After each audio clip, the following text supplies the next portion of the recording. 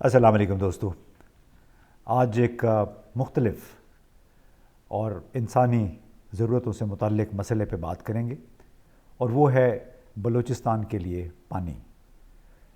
صدر آصف علی زرداری نے بلوچستان میں پانی کے بحران سے نمٹنے کے لیے پانی درآمد کرنے کی ایک تجویز پیش کی ہے. بڑے وہ آئیڈیاز پیش کرتے رہتے ہیں اور تازہ ترین آئیڈیا یہ ہے کہ بلوچستان کے پانی کے بحران سے نمٹنے کے لیے ہمیں باہر سے پانی لانا چاہیے، درآمد کرنا چاہیے. کس طریقے سے وہ ابھی میں آپ کو بتاتا ہوں کہ کیسے اور کہاں سے یہ پانی آئے گا. اب ذرا غور کریں، یہ ایک ایسے ملک کی کہانی ہے، ایسے ملک کے صدر محترم ہیں جہاں پہ وزیر پیٹرولیم مصدق ملک نے گزشتہ روز ہی کہا کہ ہم جس طرح ملک چلا رہے ہیں ویسے تو پرچون کی دکان بھی نہیں چلتی، ہمیں ملکی وسائل پر انحصار بڑھانا ہے اور نوکرشاہی کے طریقوں سے نکلنا ہوگا.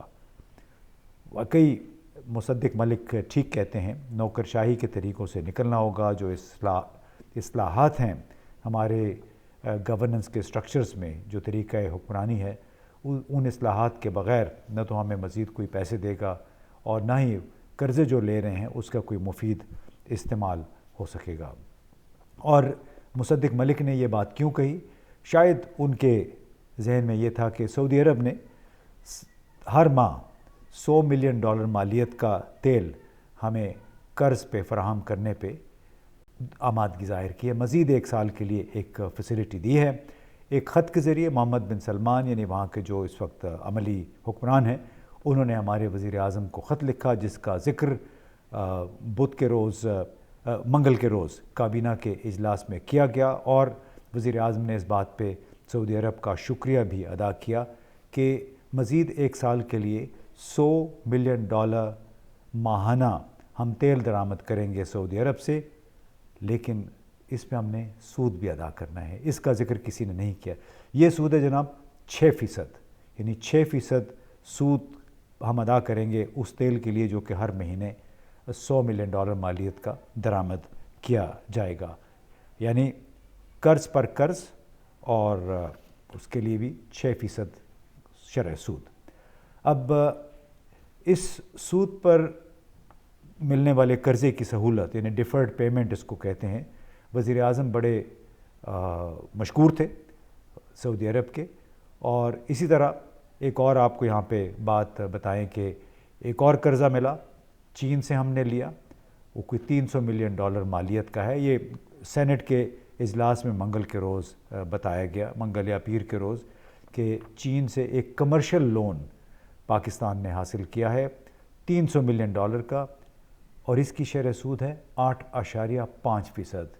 ڈالر میں ہم 8.5% شرح سود ادا کر رہے ہیں. بالکل ایسے ہی جیسے ہم نے سی پیک کے لیے جو قرضے لیے تھے اس پہ تو شرح سود کوئی 3-4% تھی، لیکن جو لاہور میں منت سماجت کر کے شہباز شریف نے اورنج لائن ٹرین کے لیے قرضہ حاصل کیا $1.5 ارب کا، وہ اس سے بھی کوئی 1% زیادہ ہی تھا شرح سود.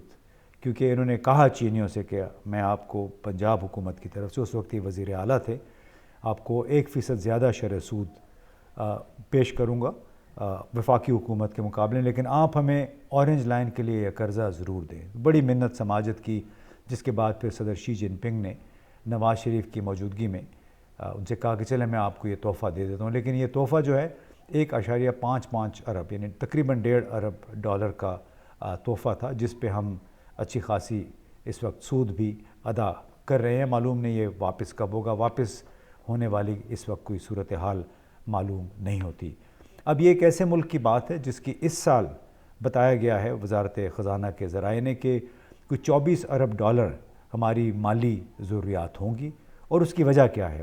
وجہ یہ ہے کہ کوئی $12 ارب کے کیش ڈپازٹس ہیں، وہ ہم نے واپس کرنے ہیں. اس میں کوئی 3 ارب متحدہ عرب امارات، سعودی عرب کے 2 ارب متحدہ عرب امارات اور $1 ارب چین نے دیتے ہیں. $6 ارب یہ ہیں. اس کے علاوہ $5.5 ارب جو کہ کل ہم نے واپس کرنے ہیں. اگر مزید 1 سال اصرار نہ کیا کہ چین، سعودی عرب اور متحدہ عرب امارات نے ہمیں وہ پھر پیسے واپس کرنے ہوں گے، تو اس طرح کل 12 ارب ڈالر ہمیں کیش ڈپازٹس کی واپسی کے لیے اور قرضوں کی ادائیگی کے لیے مزید 12 ارب ڈالر کا قرضہ لینا ہے.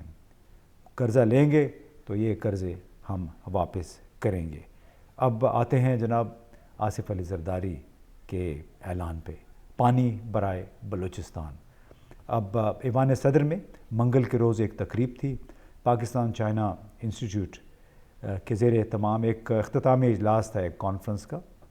تو اختتامی اجلاس ایوان صدر میں منعقد کیا گیا. اس میں صدر محترم نے ایک تقریر بھی کی اور تقریر میں بنیادی طور پہ سی پیک کے حوالے سے تھی, چائنا پاکستان اکنامک کوریڈور. تو اس تقریر میں صدر زرداری نے پوری کوشش کی کہ سی پیک کا کریڈٹ لینے کی. انہوں نے کہا کہ یہ میرا خواب تھا کہ چین کو عرب دنیا کے ساتھ ملائیں بحیرہ عرب کے راستے اور پاکستان کے ذریعے. اب میرا خواب ہے کہ تاجکستان سے بلوچستان کے لیے پانی لے کر آئیں.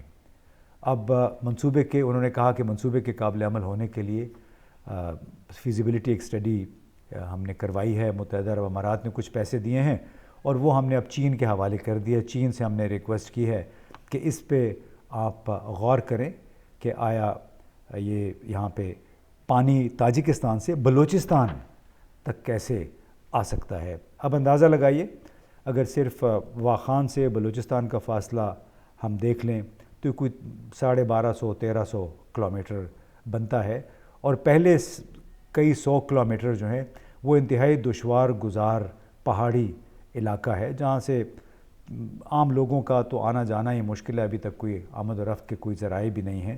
اور واخان کوریڈور جو کہ ایک سرحد ہے تاجکستان اور پاکستان کی, وہ کوئی 16,000 سے بھی زیادہ فٹ کی بلندی پہ واقع ہے. تو یعنی وہاں سے اگر پانی کا کوئی سورس ہوا بھی تو وہاں سے شروع ہوگا اور اس نے پھر بلوچستان پہنچنا ہے کئی 100 کلومیٹر کا فاصلہ طے کرنے کے بعد. اب بڑے لوگ یہ سوچ رہے ہیں, میں نے ابھی 2 سفیروں سے بھی یہ بات کی کہ ہمارے صدر نے یہ مشورہ دیا ہے, تو ایک دم وہ سوچ میں پڑ گئے اور انہوں نے ایک تصوراتی طور پہ اندازہ لگایا کہ تاجکستان دنیا کی ایک چھت ہے, اتنی بلندی پہ واقع ہے, بلوچستان لک و دک صحرا ہے, تو یہاں تک تاجکستان کا پانی کیسے پہنچے گا. لیکن زرداری صاحب نے کہا کہ ایک میرا خواب ہے اور اگر خواب پہ عمل ہو گیا تو بلوچستان کو پانی کے بحران سے نجات مل جائے گی. مگر سوال یہ ہے کہ ایران اور ترکمنستان سے 20-25 سال پہلے ہم نے جو سوچا تھا کہ ہم گیس کے لیے پائپ لائن بچھائیں گے وہاں سے گیس درآمد کرنے کے لیے, وہ تو تعمیر نہیں ہو سکی. اب تاجکستان سے پانی کے لیے پائپ لائن کیسے تعمیر ہوگی, ایک بہت بڑا سوال ہے. اس کے لیے بڑے وسائل درکار ہیں. قرضوں میں جکڑا ہوا ایک ملک اور اس کے صدر ایک خواب دیکھ رہے ہیں, اور جس خواب دیکھنے پہ ظاہر ہے کوئی پابندی تو نہیں ہے, لیکن ملکوں کے اندر مسائل کے حل کے لیے یا مسائل کے حل خواب کے ذریعے نہیں ہوتے بلکہ عملی کام کے ذریعے اس کی فیزیبلٹی بھی دیکھی جاتی ہے. کس حد تک یہ قابل عمل تجویز ہے یہ تو ہمیں چینی بھائی انشاءاللہ بڑے جلدی بتا دیں گے. ویسے ناممکن کچھ بھی نہیں ہے, لیکن خواب دیکھنے پہ بھی کوئی پابندی نہیں ہے. تو بلوچستان کے لوگوں کو مبارک ہو, شاید جلد ہی صدر آصف علی زرداری کے خواب کی بدولت ان کی پانی کی مشکلات بھی حل ہو جائیں. بہت بہت شکریہ.